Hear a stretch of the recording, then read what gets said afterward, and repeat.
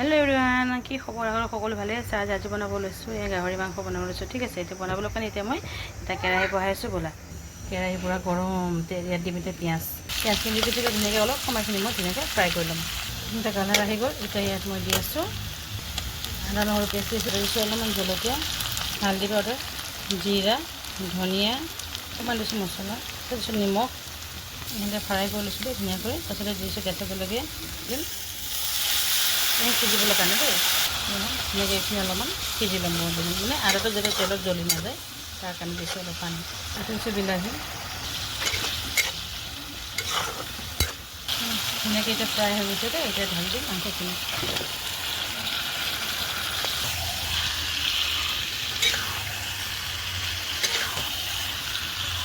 অকণমান ঢাকিবলৈ থৈ দিম এতিয়া ইয়াত অকণমান পানী দিম দেই অলপমান গৰম পানী দিম সিজিবলৈ কাৰণে মছলাখিনি ধুনীয়াকৈ ফ্ৰাই হৈ গ'লগৈ গৰম পানী দিছোঁ দেই গৰম পানী দিবা দেই ঠাণ্ডা পানী দিব লাগিলে আৰু কেক আৰু দেখিছেনে পানী দি দিছোঁ ন দেখিছা দিয়া লাগিলে উতলি গৈছে গৰম পানী দিয়াৰ কাৰণে উতলিছে ঠাণ্ডা পানী দিলে এনেকৈ ভালকৈ নুতলে ন আৰু সেমেকা হৈ যায় সেইকাৰণে গৰম পানী দিবা এই পানীখিনি গোটেইখিনি শুকাব লাগিব দেই যিহেতু গাহৰি মাংস হয়নে ধুনীয়াকৈ পানী একদম দি সিজাব লাগে ভালকৈ দেই এইখিনি মই এতিয়া ধুনীয়াকৈ দিছে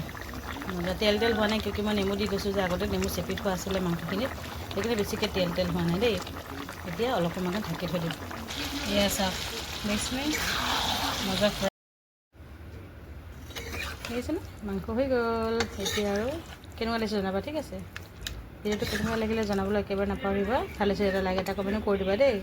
খোৱাতে ৰেডি হৈ গ'ল দেখিছে এয়া দিছোঁ মাটি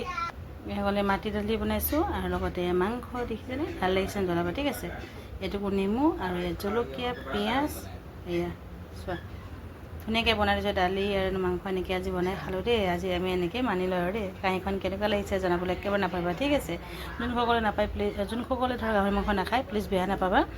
ইগন'ৰ কৰিলে হৈ যাব দেই ইগন'ৰ কৰি দিবা দেই আজিলৈ ভিডিঅ'টো ইমানতে ৰাখি যদি ভাল লাগিছে এটা লাইক এটা কমেণ্ট কৰি দিবা বাই বাই